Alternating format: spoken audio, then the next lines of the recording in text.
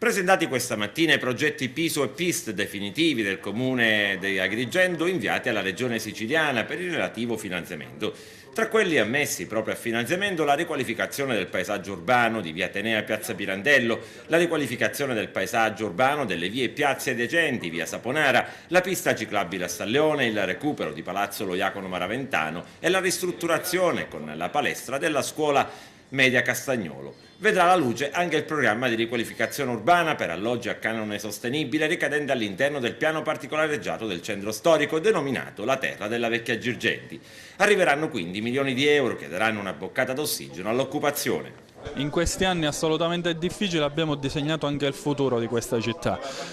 Non potevamo dare incarichi all'esterno perché non avevamo i soldi, allora abbiamo fatto un ufficio di progettazione all'interno dell'ufficio tecnico che ha presentato più di 30 progetti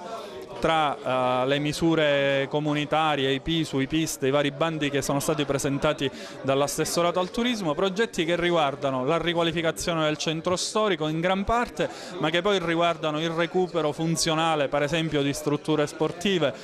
di scuole, la Castagnolo, il recupero della pista di atletica di Villa Seta, il recupero dell'ex aula bunker, una grande capacità progettuale per una classe politica, una classe dirigente che ha dimostrato di sapersi misurare rispetto ai problemi enormi che ci sono stati trovati, ci siamo trovati innanzi. Quindi da questo momento in poi, diciamo tra qualche mese, quando ricominceranno ad arrivare i primi soldi di questi finanziamenti, si potrà cambiare pagina e magari Agrigento può pensare al futuro con più ottimismo? Assolutamente sì, questi anni sono stati gli anni in cui siamo partiti all'anno zero sul piano della progettazione,